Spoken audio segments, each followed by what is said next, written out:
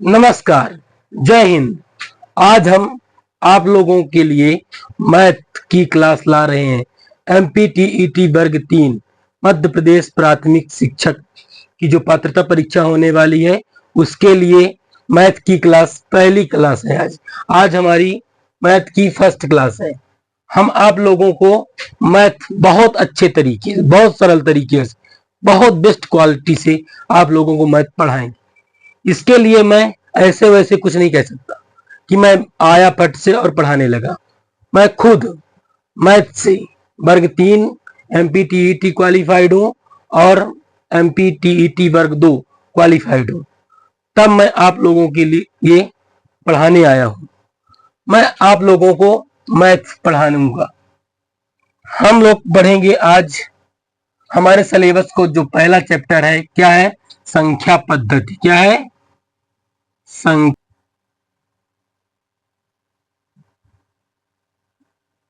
संख्या पद्धति। हम लोग पढ़ेंगे आज संख्या पद्धति। संख्या पद्धति होती क्या है ये हम आप लोगों को बताएंगे। संख्या का जो एक क्रम है, एक सुव्यवस्थित ढंग से जो हम संख्याओं को पढ़ते हैं, वही है संख्या की पद्धति।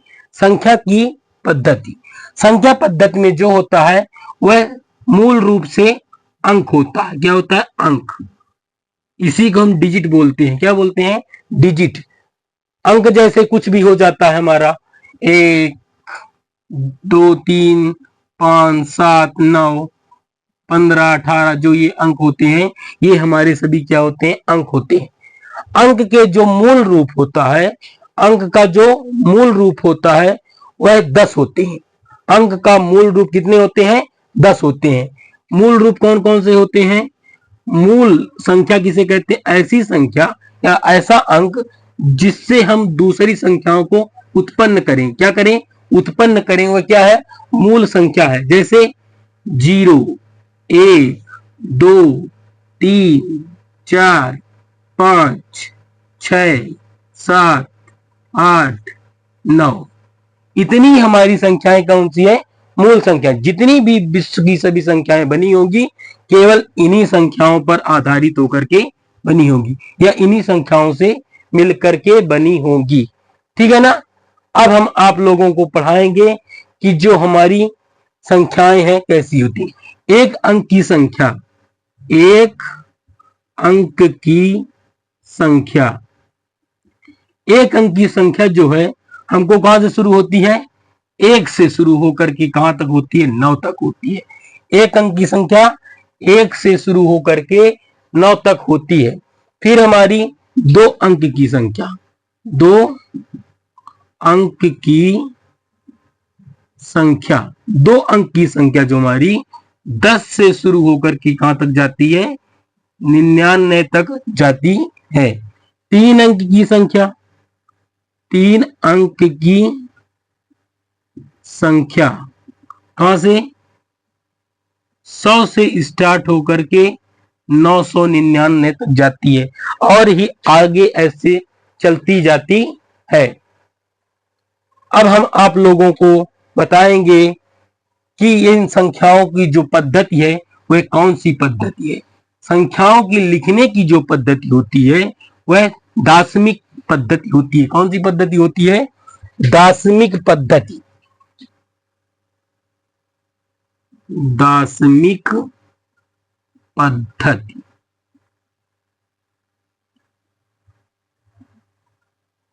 दार्शनिक पद्धति, इसमें जो होता है सभी संख्याएं 10 के रूप में होती। कैसी होती हैं?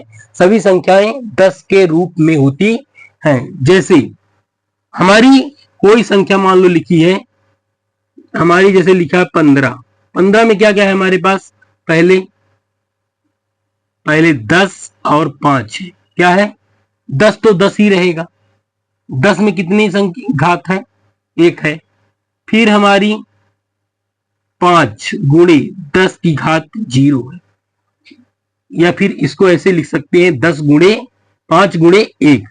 फिर हम 10 की घात 1 प्लस 5 गुणे 10 की घात 0 भी लिख सकते हैं, क्योंकि किसी संख्या की घात पर अगर 0 लग जाए तो उसका मान 1 ही होता है। ठीक है ना।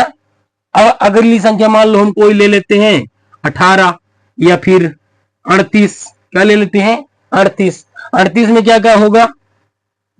30 प्लस 8, 30 प्लस 8, 30 प्लस 8 में हम क्या कर सकते हैं? इसको 3 गुणे 10 कर सकते हैं, 3 गुणे 10 कर सकते हैं। और इसको हम 8 गुणे 1 कर सकते हैं। इसमें हमारी जो 10 की घात है कितनी है? 10 की घात 1 है। फिर हम ये जो 8 गुणे 10 1 जो लिखा है इसको हम क्या लिख सकते हैं? 10 की घात 0 लिख सकते हैं। क्या लिख सकते हैं? 10 की घात 0 लिख सकते हैं, क्योंकि 10 की घात 0 का मान क्या होता है? 1 होता है। और मान लो हम कोई ऐसी संख्या ले लेते हैं, जैसे थोड़ी सी बड़ी लेते हैं, 128। 128 इसमें क्या क्या है हमारे पास? एक 100 है, दूसरा क्या है? 20 है, और प्लस 8 है। ये 3 भागों में बांट दिए हम इसको। अब हम क्या करते हैं? 100 में कितनी घात है? 10 की? 10 की 2 घात है, क्योंकि 10 का वर्ग क्या होता है? 100 होता है। प्लस 2 गुणे 10 प्लस 8 गुणे 1 बराबर 10 की घात 2 प्लस 2 गुणे 10 की घात 1 प्लस 8 गुणे 10 की घात 0, क्योंकि 1 का मान क्या होता है? 10 की घात 0 का मान होता है 1। ठीक है ना। अब ऐसी बहुत सी संख्याएं हम लिख सकते हैं। इसी प्रकार से आप लोग और करने का प्रयास करेंगे।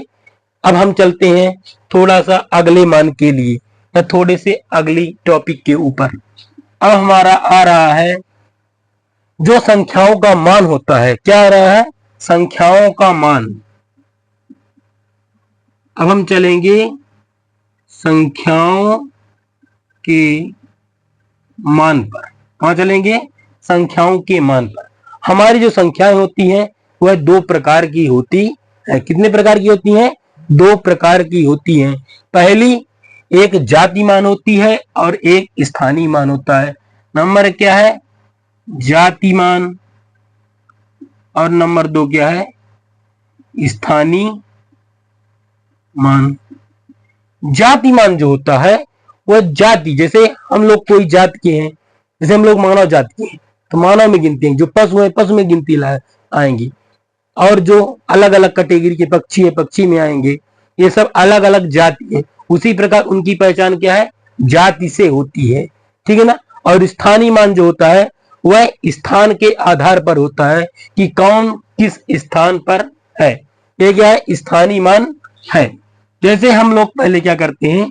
जातिमान और साथ में लिख लेते हैं जातिमान और स्थानीय मान। स्थानीय मान, ठीक है ना।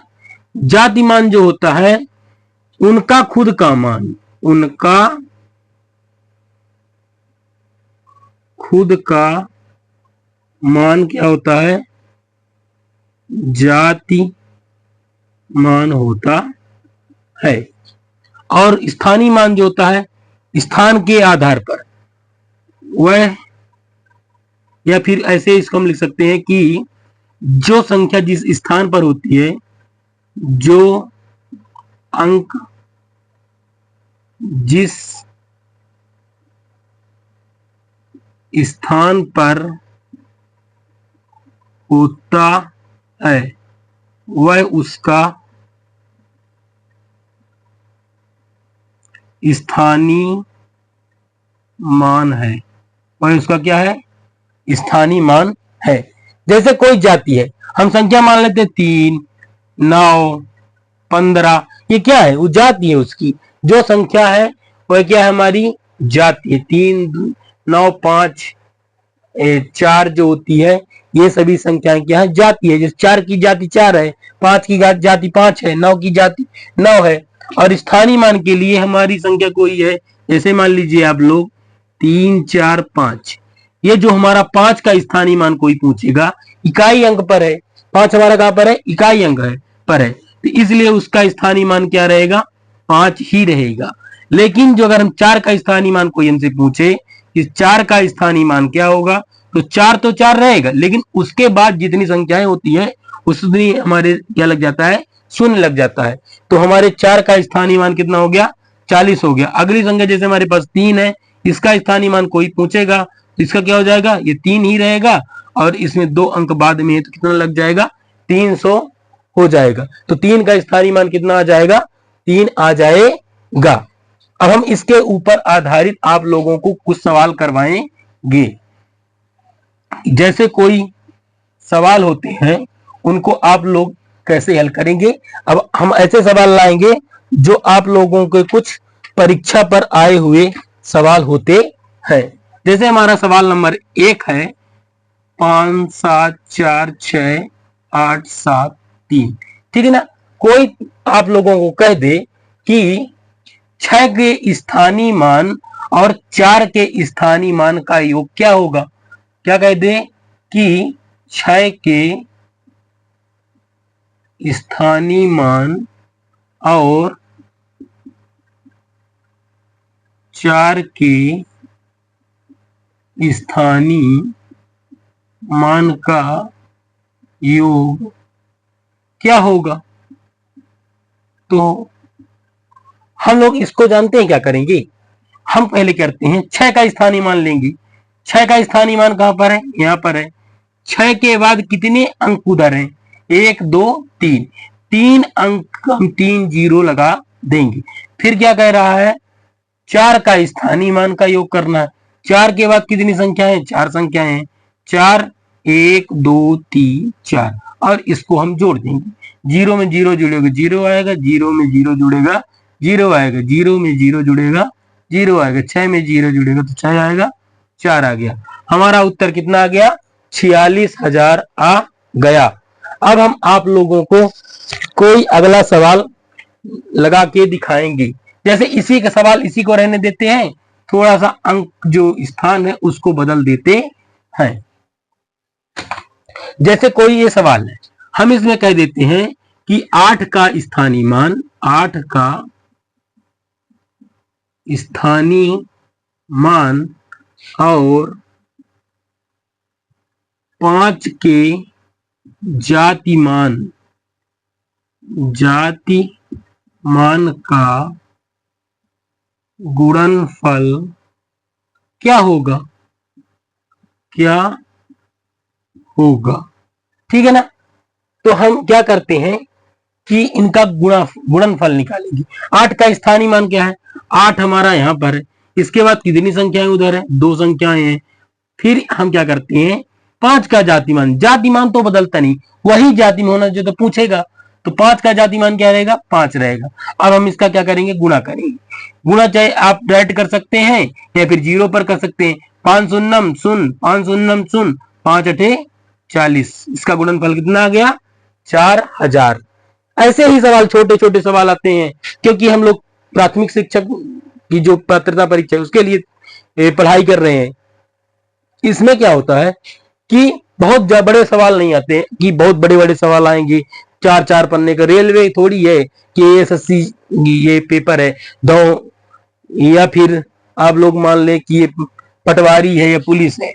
हम बहुत इसमें बड़े बड़े सवाल आने के चांस नहीं होते हैं, ठीक है। और एक सवाल और हम लोग लेते हैं, जैसे मान लो हम कोई सवाल लेते हैं कि 6 9 4 3 2, ठीक है ना।